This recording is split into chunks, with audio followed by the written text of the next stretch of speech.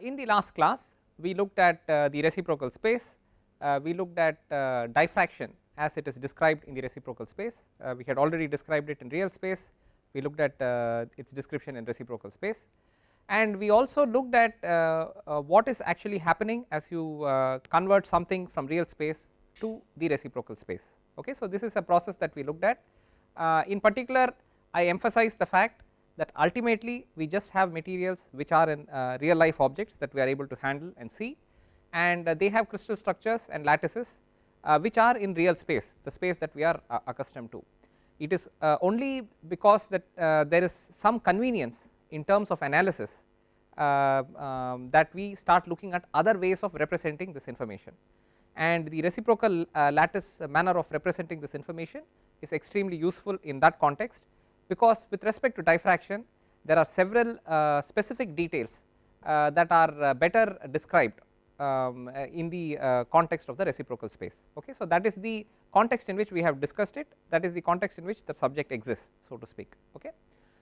Also in this context I showed you that you may have a real space material that may have a simple cubic lattice, or you may have something that is FCC or BCC, body centered cubic, in real space. If you represent this same information in reciprocal space, in some cases the structure will change. In reciprocal space the material structure is not changing, it is only its representation in reciprocal space that is different from what it is in real space. If it is a simple cubic material, the representation in reciprocal space also happens to be simple cubic.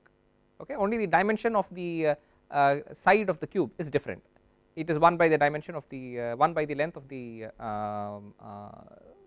cube in real space, but what is laid out as a simple cube in real space continues to be laid out in a cubical in a cube kind of layout in the reciprocal space. So there is no change in that sense.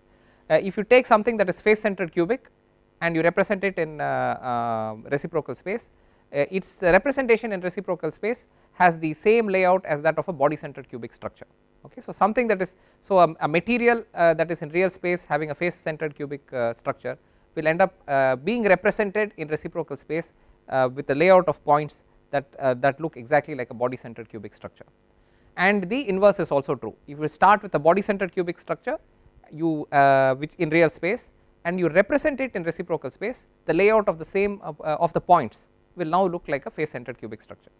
Okay, so this is representation, and it is important to understand that there is that there can be some changes when you make this representation, because we will use the reciprocal space notation. So we should keep in mind that some change has occurred in its representation, or the very fact that we are representing in reciprocal space has created some changes in the way the information might look. So when we interpret it, we should keep that in mind, we should always keep that in mind and appropriately use this interpretation. Okay. So this is just some information regarding what we have discussed. As we proceed forward, I also think it is important that we should step back for a moment and understand the purpose of what we are doing right now. Okay. Our ultimate purpose is to understand the interaction of electrons with the periodic structure of the material, because that is a detail that we have not incorporated into our model so far. So that is the primary purpose of our discussion. Whatever we have built up until now in the last 2-3 classes, where we have looked at reciprocal space, the creation of reciprocal space, the properties of reciprocal space, how materials can be represented in reciprocal space, how diffraction can be represented in reciprocal space, all of these are tools that will enable us to serve this one purpose, which is to understand the interaction of electrons with that periodic structure. Okay. So we are headed only in that direction. These are all tools that we are building, because we will need all these tools to understand that interaction. And continuing in that same context, in today's class we will look at some specific terms and specific constructions, so to speak, which are all again tools that are necessary for us to understand the interaction, and then in a class or so we will start looking at the interaction. So that is the direction in which we head off. So please keep that in mind when you look at some of the topics that we are discussing, because taken by themselves they may look like a bit independent topics which are disconnected, but they are not, they are all going to add up to something that we are going to discuss. Okay, so that is what it is. So we looked at this. Now today we will introduce a concept, we will introduce a few concepts, a couple of different concepts, and 2 or 3 terms we will look at. The first is something called a Wigner-Seitz cell. Wigner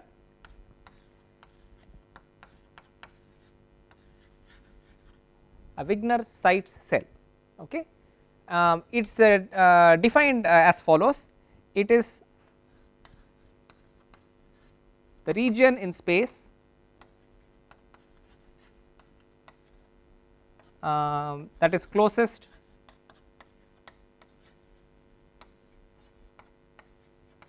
to a given lattice point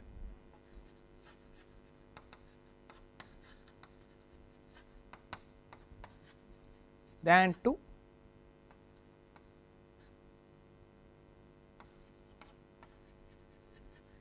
any other lattice point.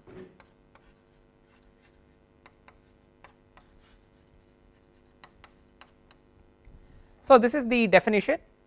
It simply says, so this is again something to do with the structure. Okay. So, this is something associated with the structure of the material, as you can see. It says it is the region in space that is closest to a given lattice point than to any other lattice point. Okay. So, this is just a definition. So, what does this mean? We can actually do this in one dimensions, in one dimension, 2 dimensions or 3 dimensions. Okay. So, a real solid object would be in 3 dimensions. For our representation, we will start off with 1D and 2D representations. Later we will look at structures. In our next class we will look at 3D structures. Okay. So, basically what it says is, okay, you have a set of lattice points. Okay, I will just arbitrarily draw some lattice points here.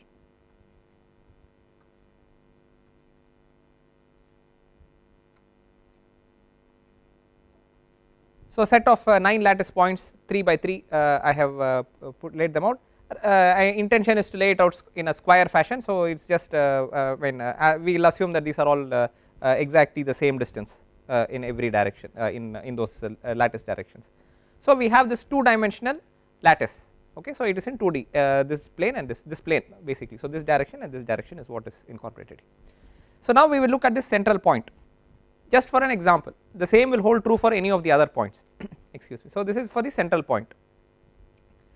We would like to identify the region in space, in this case it is 2-dimensional space. Okay. So, it is a 2-dimensional space. We would like to identify this the region in this 2-dimensional space that is closest to this point than it is to any of these other points. So, that is what the definition says. If you identify that region is called the Wigner-Seitz cell about this lattice point. Okay. So, that is the definition. How do we do this? There is a very straightforward way of doing this. What we will do is we will take this lattice point, we will connect it to all its neighbors, alright, just and we will have some guideline connecting it, some dotted lines connecting it to all its nearest neighbors. So, let us just do that, all its neighbors, we will just do that.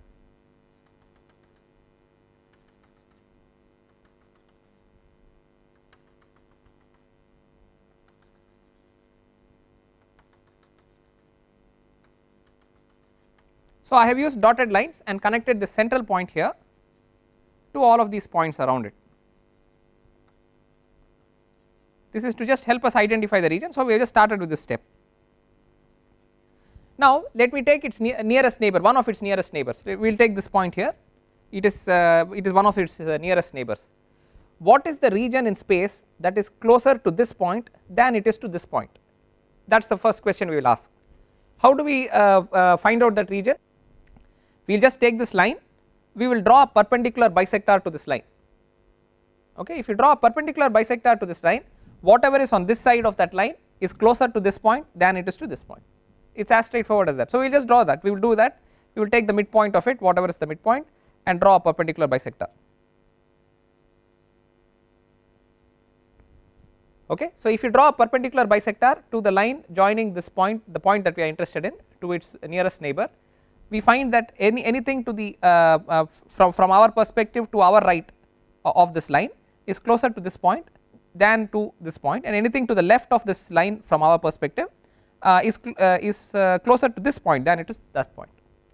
Okay. So, with respect to this point, we have already identified the region that is closer to this lattice point than it is to this lattice point, simply by drawing the perpendicular bisector. Now, we can do the same exercise for each of these points around it. Okay. So, now we will take the point that is up here, the perpendicular bisector is somewhere there, it has to go through that point. So, it will look like that, something like that. Similarly, a perpendicular bisector will be somewhere there, So, we will pass through that location, it will look like that, and again between. So, I have now drawn the perpendicular bisector for the line joining these 2 points, and I have drawn the perpendicular bisector for the line joining these 2 points. Okay. So, then I can draw one more for the line joining these 2 points.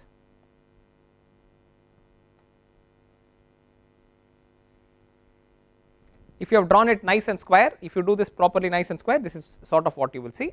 So, with respect to its immediate 4 closest neighbors, right, the 4 closest neighbors that we have there, we have already seen that this line indicates the region below this line is closer to this point than it is to that point, the region on this side of this line is closer to this point than it is to this point, region above this line is closer to this point than it is to this point, and similarly the region on the left of this line is closer to this point than it is to that point. So, this region defined by the square is now closer to this central point than it is to its immediate 4 neighbors, 4 closest neighbors. Okay. We can extend that argument, we can even look at its next nearest neighbors just to see if anything else is happening. If you have drawn it nice and square, what you will find is the perpendicular bisector of the line joining this central point to this point will look something like this, and if you continue that exercise for this, this and this, you will get lines that look like this.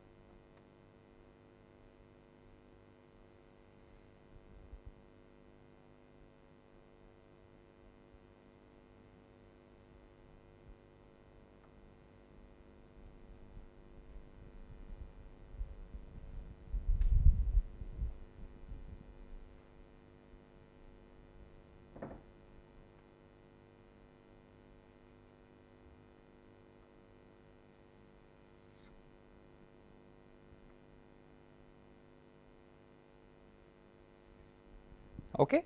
So, you will find that in fact those lines which are perpendicular bisectors to the points to the lines joining these points which are diagonally positioned here will also in fact just pass through those vertices. So, they do not remove any region from what we have just identified in this particular case, if you have drawn it as a nice straight square that which like what is shown here. So, therefore, this region that we see here, this region consists of, in this 2 dimensional sense, consists of all the points in space that are closest to this point than they are to any of the other points so in terms of lattice points, closest to this lattice point than they are to any other lattice point. So, therefore, this is now the Wigner-Seitz cell about this lattice point. Okay. So, this is so that is all there is to it, it is a straightforward, the definition is now fairly straightforward. Now, you understand what the definition is. With respect to the definition, this is the diagram, this is the Wigner-Seitz cell about this point. Clearly, if you extend this to 3 dimensions, you will now have a point just the way you had this neighbor here, you will have a point at similar distance in front of the plane of the board, and you will have a point at similar distance behind the plane of the board. Okay. And the please understand that this is a 2 dimensional representation here, so this looks like lines. If this were a 3 dimensional representation, these would be planes, this would be a perpendicularly bisecting plane. So, this would be a perpendicular bisector, a plane that would be perpendicular to this board. Similarly, this would be a perpendicular bisector, a plane that is perpendicular to this board. These would all be planes that are perpendicular to this board. Now, the lattice point in front will be sitting in front here, and a perpendicular bisector will go like that. Alright. Similarly, a perpendicular bisector will exist which will bisect the line joining this point and the lattice point directly behind it, okay, into the plane of the board. And so, you will have now a plane behind the plane of the board, a plane in front of the plane of the board, and these planes here. And since they are all squarely laid out, the dimensions will be the same, what you will get is a cube. What you are seeing as a square in 2 dimensions will become a cube in 3 dimensions. Okay. So, if you have a square lattice or a cube lattice, the Wigner-Seitz cell will be a cube. Okay. So, this is the basic definition of a Wigner-Seitz cell. I must also point out that in general, see, a square lattice is a very particular case. If it is a square, it is a very particular case. If it is a rectangle, it is a little less particular, but still we are putting some restriction. In general, you can have a set of points which are arranged like this.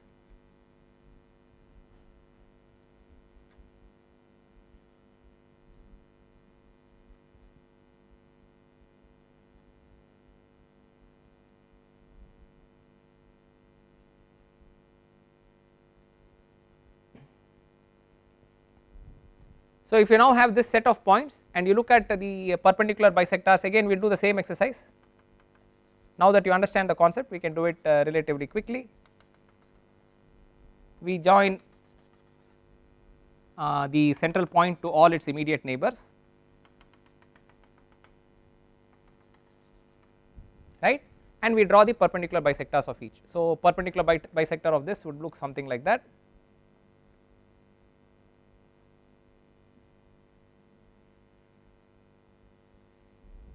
Okay, perpendicular bisector of this would look something like that. Perpendicular bisector of this would look something like that. Okay, it is not exactly in the middle.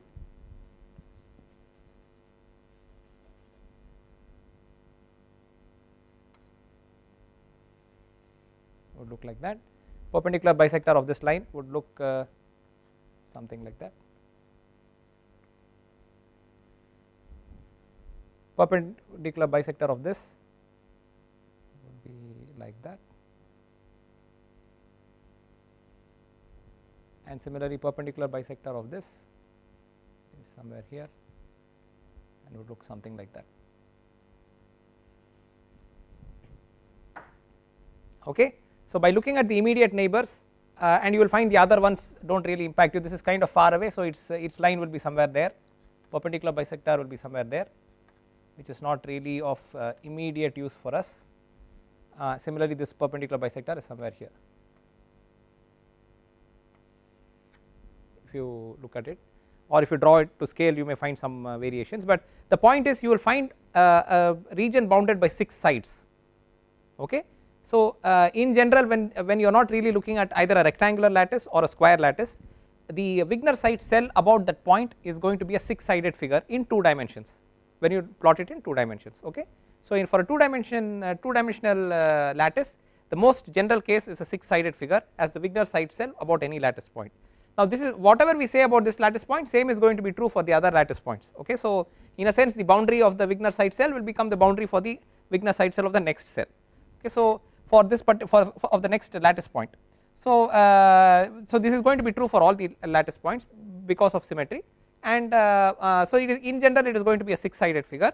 If it is a rectangle it will become a 4-sided figure which will look rectangular, and if it is a square it will square lattice it will become a 4-sided figure which is a square. So those are special cases. Okay. So in general this is what a Wigner-Seitz cell is. Now so I have already so we have now understood, so this is just a definition. Okay. So this is just a definition, you understand what the definition means and you also understand how you can create this cell or how you can identify this cell, because it is simply a region in space, right. You only have to identify what is this region, and this is the rules based on which you will identify that region. You simply connect the point you are interested in with all its neighbors, draw perpendicular bisectors to it, and then whatever shows up as the innermost region from all these perpendicular bisectors, the innermost region is the is now the region that is closest to that point than to any other point, and that then becomes the Wigner-Seitz cell of that particular lattice. Okay. So that is all there is. We have done in 2D so that it is easier to see. Same thing is true in 3D, except the perpendicular bisectors will be lines, will be planes instead of lines. That is all it is.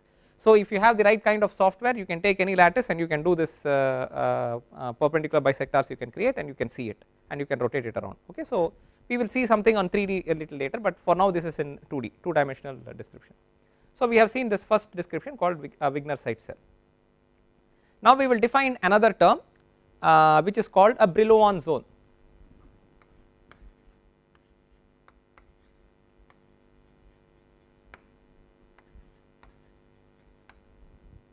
Okay. A Brillouin zone is we will define 2 terms actually, a Brillouin zone, and we will define something called a Bragg plane.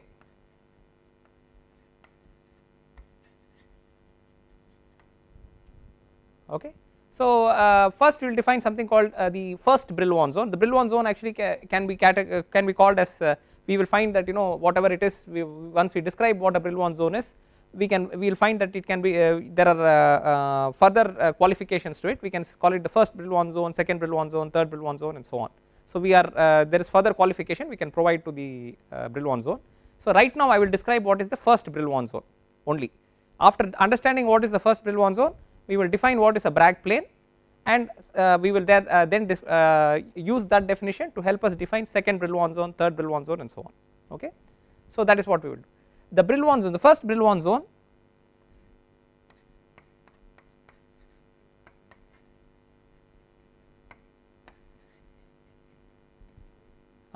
is the Wigner-Seitz cell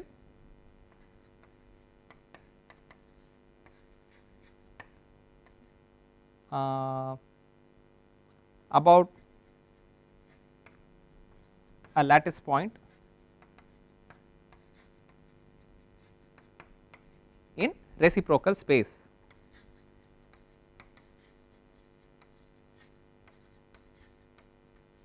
So right now in this definition itself we are pulling together some of the concepts we have discussed in the last class and we are currently discussing. So this is a new term we have introduced, Brillouin zone. We are going to look at what it means, and we are defining the first Brillouin zone as the Wigner-Seitz cell, which we just now discussed what a Wigner-Seitz cell is. This is going to be a Wigner-Seitz cell about a lattice point. So that part, a Wigner-Seitz cell about a lattice point, is something that you are now clear about because we just discussed it. So this part of the definition you are already clear about.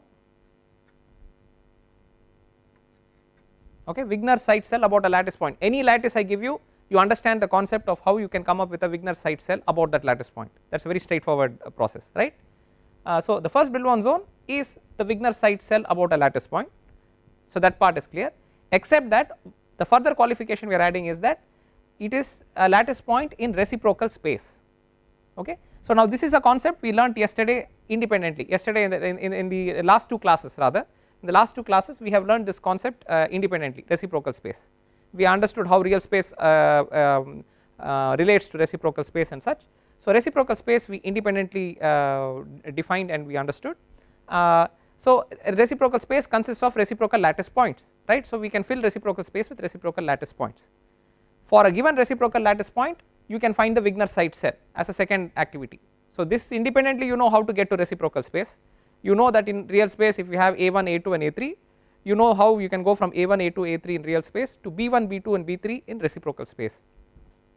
So given a material in real space, which is what your real life is about, a material in real space, you know its crystal structure, therefore you know the lattice it is based on. So for that lattice you know how to independently create the reciprocal lattice of it, because we know the relationship between A1, A2, A3 and B1, B2, B3. We already did that for simple cubic, FCC and BCC. Same procedure you follow regardless of the lattice and you come up with the reciprocal lattice. So given a real lattice you know how to get to a reciprocal lattice, so therefore you know this step, and regardless of the lattice you know how to construct a Wigner-Seitz cell. Okay, so if you do a Wigner-Seitz cell about a reciprocal lattice point, that structure that you obtain or the structure that you identify, the region that you identify is called the first Brillouin zone. Alright. So we just did diagrams for a layout of a square layout of points. Okay, so we did a diagram here for a square layout of points, right. So we just did this diagram.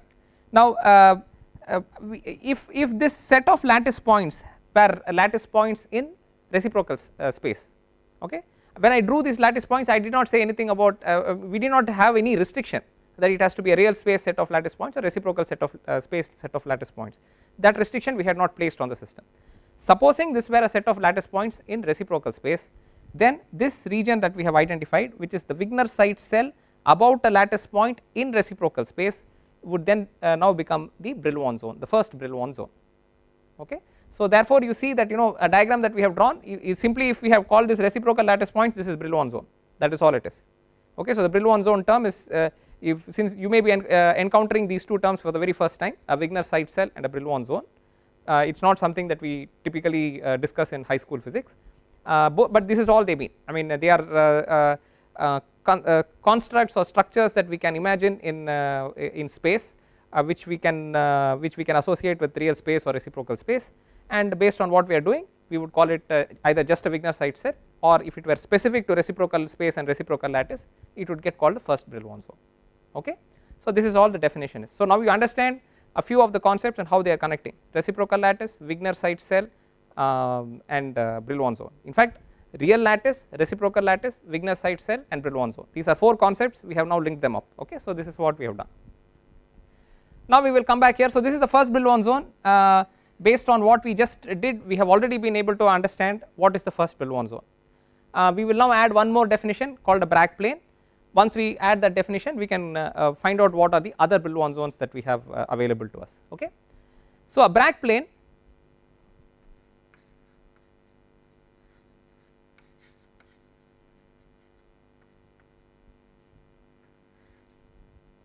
is the perpendicular bisector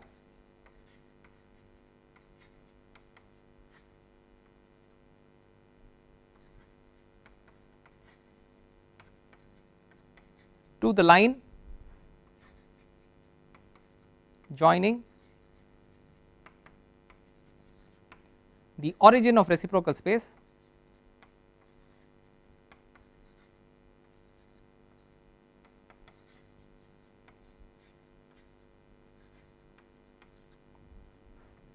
to any reciprocal lattice point.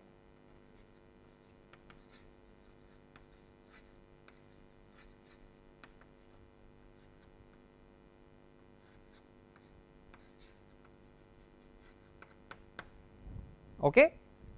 So the Bragg plane is now is again a definition. We are defining it as the perpendicular bisector to the line joining the origin of reciprocal space to any reciprocal lattice point. Okay. So this is a definition. So let us understand what this means. When you define a reciprocal lattice, for sake of convenience we will designate one point as the origin of reciprocal space. Okay. So that is by convenience we just define one point. Since all of these lattices are all based on symmetry, if you define a particular point as the origin, it is not going to make a big difference. You can choose one of the adjacent points. In principle the symmetry would still remain the same. So we can select it by our convenience. We select a point as the origin by our convenience. We can connect that origin to any other lattice point, right? I mean it is just an imaginary connection. When I say connect, we can always draw straight lines between that lattice point and any other lattice point that is available in reciprocal space. Okay, so that we can always do. So any such line that we draw, we can also imagine a perpendicular bisector to that line, right? So there is nothing, these are just two imaginary things. You have 2 points, you can always draw a line connecting those 2 points, you can always draw a perpendicular bisector to that line connecting the 2 points. Okay, the fact that it is in real space or reciprocal space is irrelevant, you can always do this. In this particular case we happen to be doing it in reciprocal space, that is all. In reciprocal space you look at all the lattice points, you take the origin and you keep connecting it to any lattice point that you wish and you draw a perpendicular bisector to that line. That perpendicular bisector is referred to as a Bragg plane. Okay, this is a bit confusing because in diffraction we talk of planes and we talk of Bragg law of diffraction and so on. So Bragg equation and such, and so the term Bragg plane can slightly be confusing the first time you encounter it, but this is all it is. If you look at this definition and you implement this definition, it's a straightforward definition. I mean it helps you straightforwardly identify what are the Bragg planes, right? So now we understand what is a Bragg plane. So we can immediately see, you are probably already able to see now how this relates to the Brillouin zone and Wigner-Seitz cell. Okay, Wigner-Seitz cell was simply something that we did in any space. We did not really specify that it was real space or reciprocal space or any such thing. In the reciprocal space we were able to say that we have designated the Brillouin zone as the Wigner-Seitz, the first Brillouin zone as the Wigner-Seitz cell about a lattice point in reciprocal space. So that is how we have defined it. Now think about it carefully. What do we have? If you have a set of points, so we did this 3 by 3.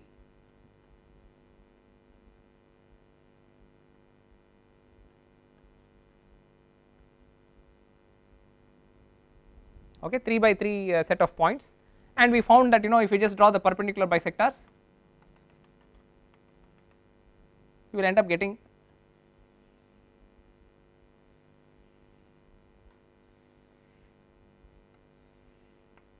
this square region, which is then your Brillouin zone, the first Brillouin zone. We will assume that these are now reciprocal lattice points. What have we done? We have drawn perpendicular bisectors to the lines joining this point to its neighbors. if you designate this point as the origin of reciprocal space, and that is, as I said, your convenience, you can always designate this as the origin of your reciprocal lattice reciprocal space, right. If you designate this as the origin of your reciprocal space, then these lines which are perpendicularly bisecting the lines joining this origin to its neighbors,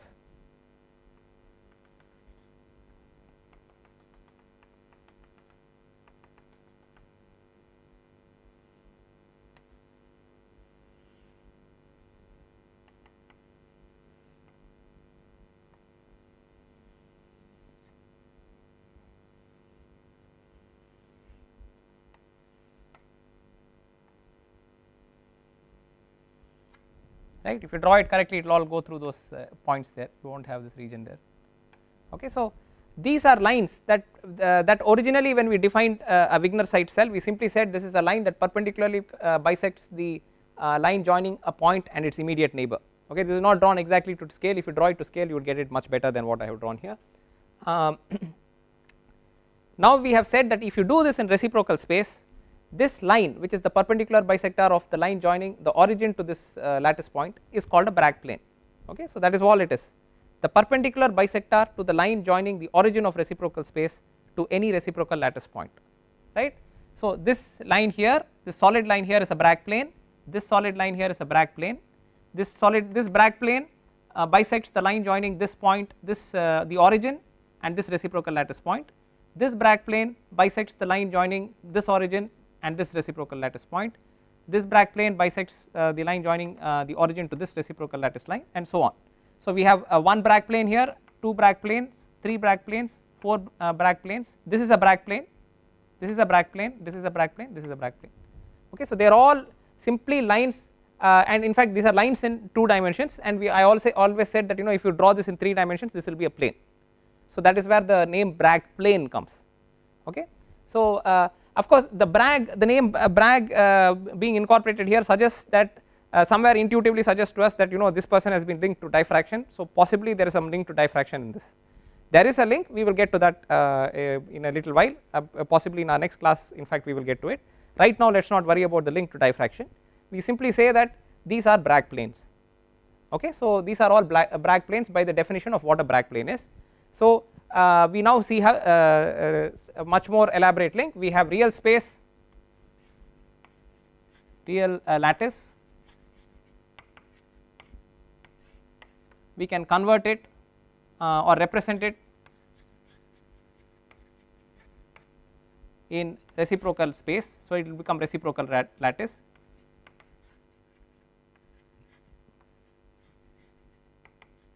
So, this is your original material, right, original material.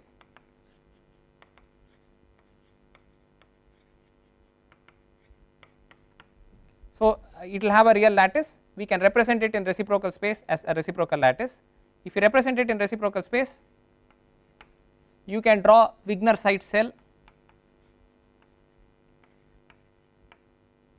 Okay, we will say we can use Bragg planes, identify Bragg planes, we can identify Bragg planes.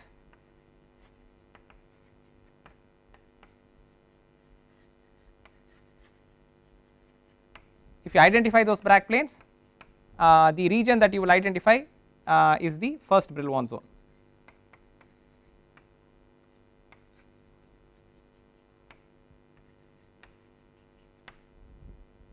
Okay. And this is now Wigner site cell in reciprocal space.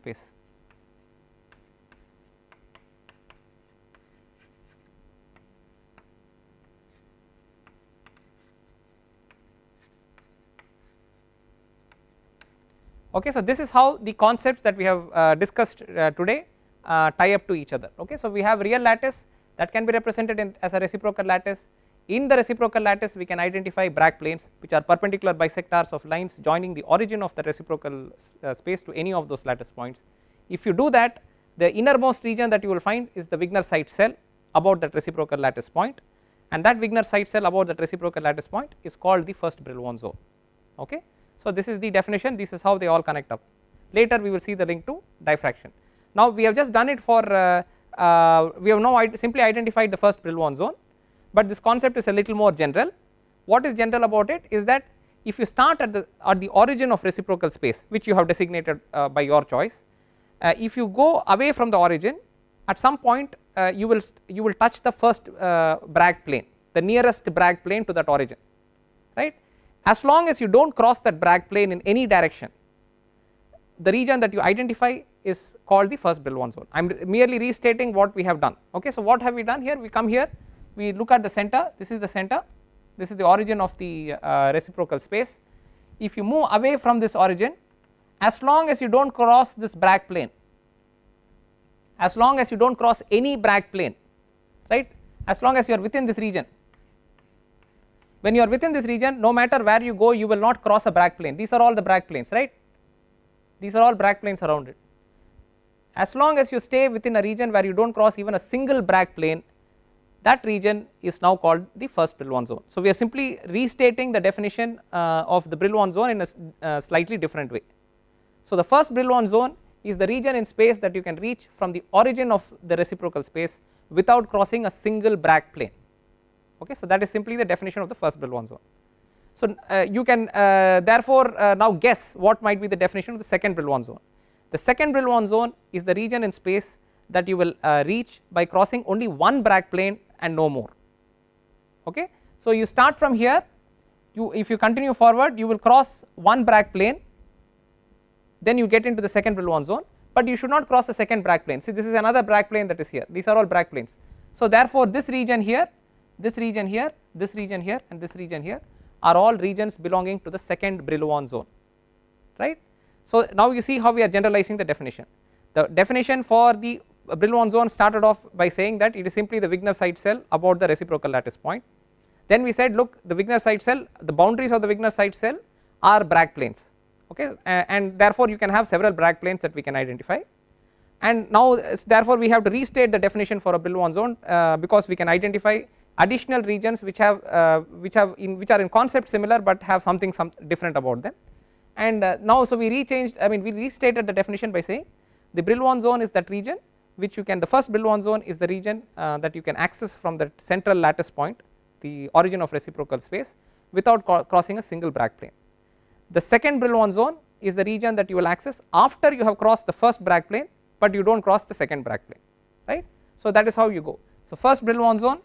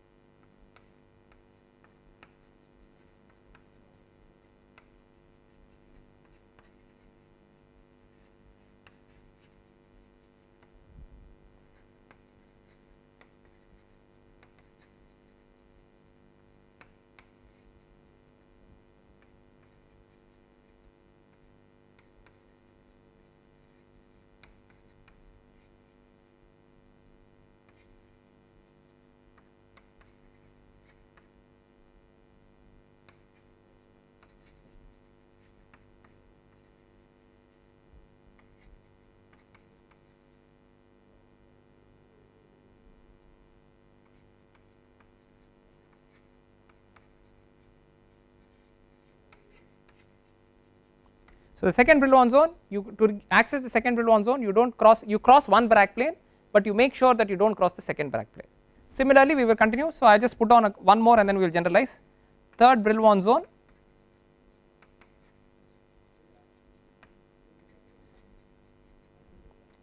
it is the region in the reciprocal space that you can access by making sure that you cross two Bragg planes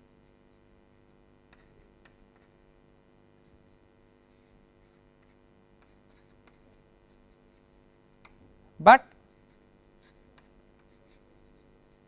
do not cross the third Bragg plane.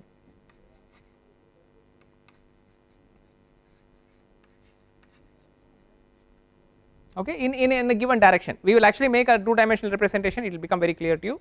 So, therefore, in the most general sense, your nth Brillouin zone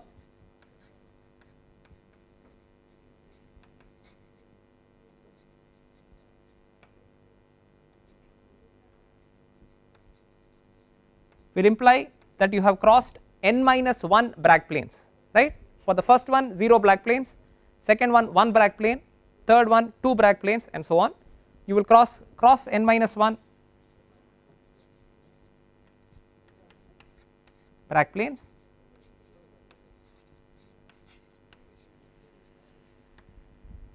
but no more, okay, not more than that, but not the nth.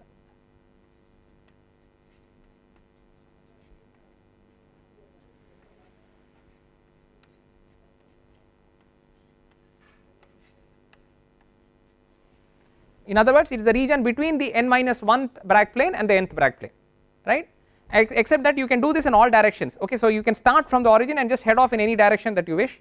In that direction you cross n minus 1 planes, but you do not cross the nth plane, you just keep crossing planes, you keep counting them as you cross them, you do not cross the n minus, you cross the n minus 1th plane, but you do not cross the nth plane. That region between the n minus 1th plane and the nth plane in that direction belongs to the nth Brillouin zone. We will find that we are going to draw that in a moment for a 2 dimensional structure. We will find that the progressively the Brillouin zones will consist of smaller and smaller pieces of space which are distributed around, okay. So initially we are able to identify a square which is fully connected, the entire square that we drew was fully connected, all the regions were connected to each other. Subsequently we will find that there are smaller and smaller pieces which are spread out across space, but because of symmetry, in fact if you add all those regions together, the total area that you will get will be the same as the square, the original square. So the second Brillouin zone also, if you pull all the regions that you identify as the second Brillouin zone, you pull them together, you will get a shape that is the same as the square. If you do the third one, you will again get a square, fourth one you will get a square, and so on, but they will become more and more smaller and smaller pieces. You just have to assemble them together, you will get back the square, okay. So in that sense the symmetry will remain the same. We will now look at a very general case, and that will convey all this definition to you very clearly. Now we will extend our understanding of how we indicate Bragg planes and Brillouin zones in a 2 dimensional system, okay. So to do this, what we will do is we will look at a set of points which will be a 5 by 5 matrix of points, which will be points which are laid out in a square fashion, okay. And those points, with respect to those points, we will see if we can identify all the Bragg planes and also the Brillouin zones. So to do that, let us put down this 5 by 5 points.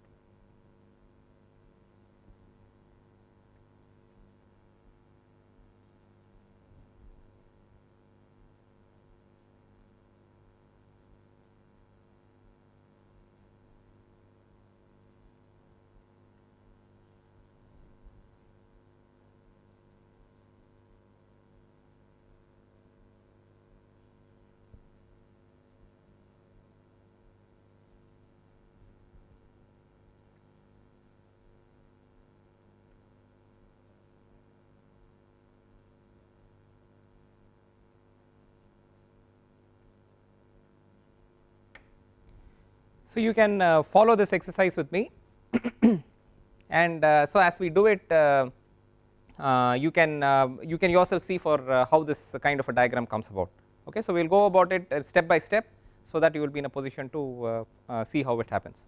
So first thing we have to do is we will take this central point here, and with respect to that central point, let us first see if we have a good understanding of what are its nearest neighbors, okay. So this is your central point. So with respect to this, the first nearest neighbors are these 4 points, 1, 2, 3 and 4, okay. So there are these 4 points here are the first nearest neighbors. So I suggest you put down this grid on a piece of paper so you can also see how this is happening. So the first 4 neighbors are here, these are the nearest neighbors. So this is the first set of neighbors. If you want to look for the second set of neighbors, you look out here, you will find the second set of neighbors. These are the neighbors that are not the closest but the next closest set of neighbors. So 1, 2, 3 and 4. So these 4 then become the next set of neighbors.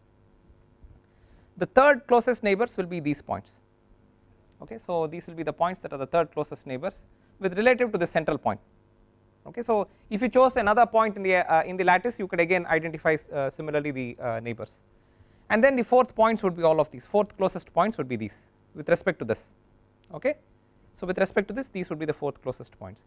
So if I just looked at in this direction, this is the closest neighbor, second closest neighbor, third closest neighbor, fourth closest neighbor, that is how it is, okay. So if you just see here, closest neighbor, second closest neighbor, third closest neighbor, fourth closest neighbor, so that is how it is. So with respect to each of these neighbors, we will draw the lines that are that perpendicularly bisect the line joining the central point to those neighbors, alright. So that is what we will do, and we will do this for this entire figure. So we will start with this point. Closest neighbors, as I said, are these 4. So perpendicular bisectors will be lines that run like that, okay. So we will put those lines down.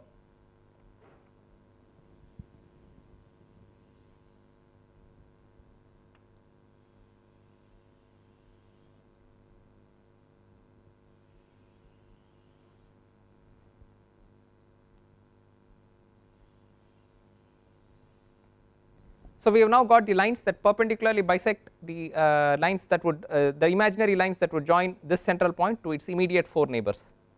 So first set of neighbors have been taken care of. Now let us look at the second set of neighbors, which are these. So first is here, this is the second closest neighbor. So the line joining the central point to the second closest neighbor is here, and its perpendicular bisector will be something like this. And because this is a square grid of points, the perpendicular bisector actually goes through these points. If it were not a square grid, you may not necessarily have it going through those points, but since it is a square grid, we are able to do this, okay. So let us just draw these perpendicular bisectors. They look like this.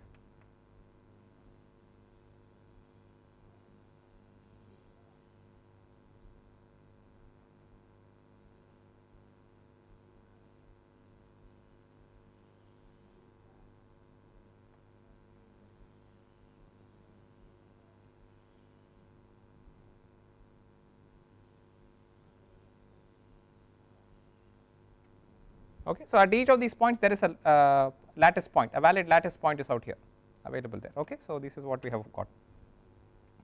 So we took care of the first neighbor, or rather we have attended to the identification of the Bragg plane with respect to the first neighbor. We have done that with respect to the second closest neighbor. Third closest neighbor, as I said, is here. So this is the third closest neighbor with respect to the central point. So this is actually 2 lattice spacings away. So therefore the perpendicular bisector of the line joining them will actually go through the first lattice spacing, the closest lattice spacing, which is here, right. So those lines will look like this.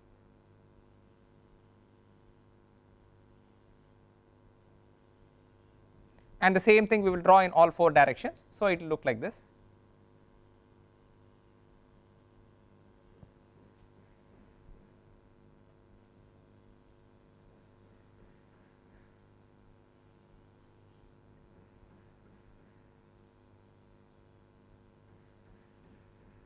So there we have now taken care of the first, the second, and the third nearest neighbors. So they have all been attended to.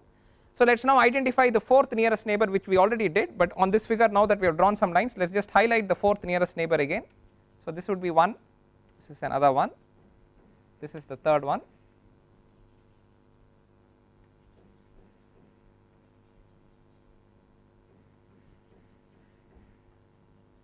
So I have now highlighted all the lattice points which are the fourth nearest neighbors to this particular lattice point, okay. We have already done that before, so I have just highlighted it here.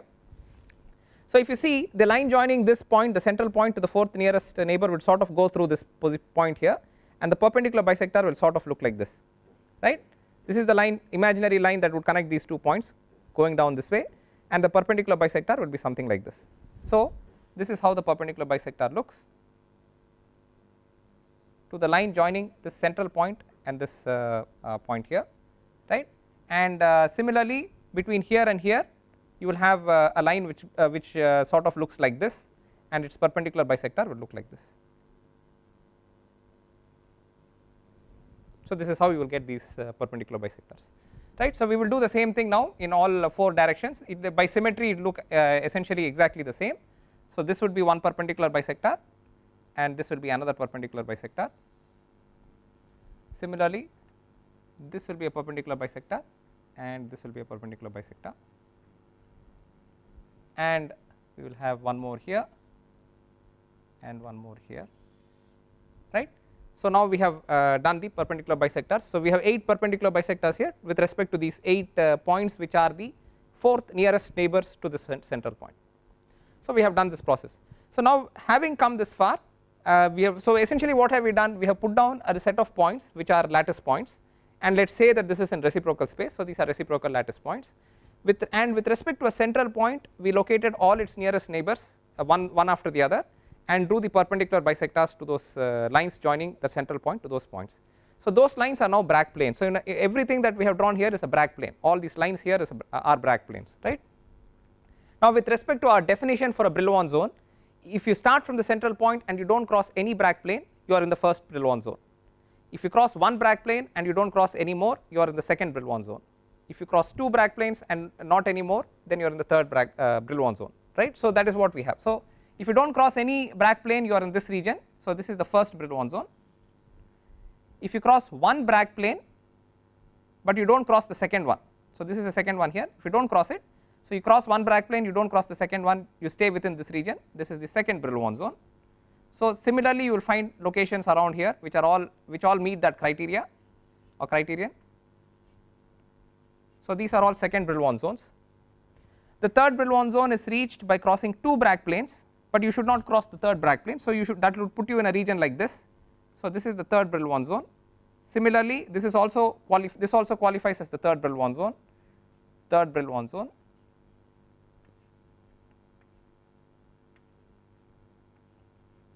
So you see several regions now qualify as the third Brillouin zone.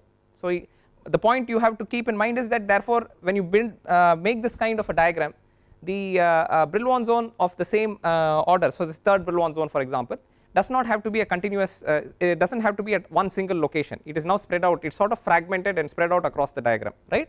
In fact, as you get to higher and higher Brillouin zones, they get more and more fragmented typically and get spread out more into the diagram. So that is how you will see it.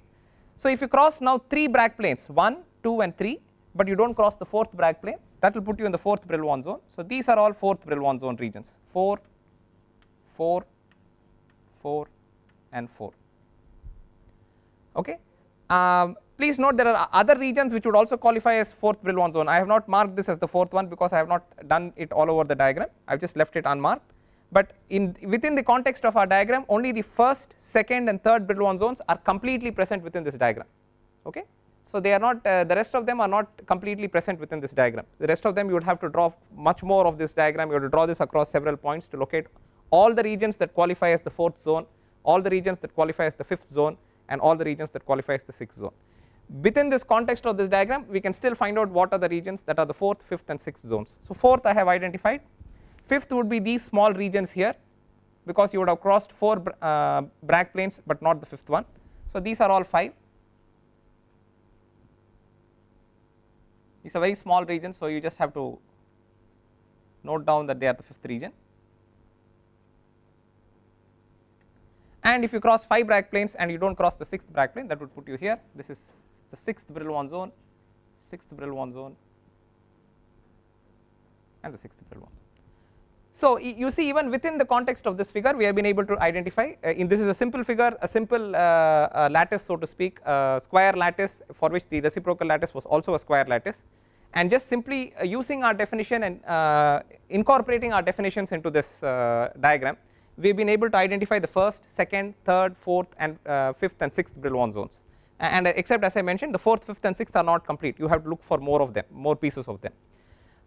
If you were to extend this to 3 dimensions, as you can imagine this figure will start getting more and more complicated, okay. So but the concept is exactly the same, you locate the central point, you connect it to all its neighbors, identify perpendicular bisectors, and the perpendicular bisectors here are lines, in 3 dimensions they would be planes, and once you do that you will find some region in the middle which is which you can access without crossing any plane, that would be the first Brillouin zone. Then you would cross one plane and not the second plane, that would be the second Brillouin zone and so on. So that is how we build up this Brillouin zones, okay. So in today's class we have actually seen what is a Wigner-Seitz cell, we defined it, we drew it, we looked at what are Bragg planes and we also looked at what are Brillouin zones, and we have seen how Brillouin zones can be put together, how you can identify the first Brillouin zone, the second Brillouin zone, third Brillouin zone and so on. So we realize that there are a set of there are a range of Brillouin zones that we need to be able to identify in a system. In our subsequent classes we will see this is for a 3-dimensional structure. We will look at it for the 3-dimensional structure so that you can understand how it looks for a 3-dimensional structure. Then we will also see what this means with respect to diffraction, because that is something that we have learnt independently. We will connect it to what we have drawn here, and finally we will try and understand, if you take all this information together, what does it mean with respect to the energy values that are allowed for electrons in the system and the energy values that are forbidden for the electrons in the system. That information comes when you pull all of these together, the Brillouin zones which come from the periodic structure of the material, and the wave information which comes from the electrons that are available in that material. All of these have to be put together, then you get this information on bands, allowed bands and band gaps. Okay. So all of that we will see in our upcoming classes. With this we will halt for today. Thank you.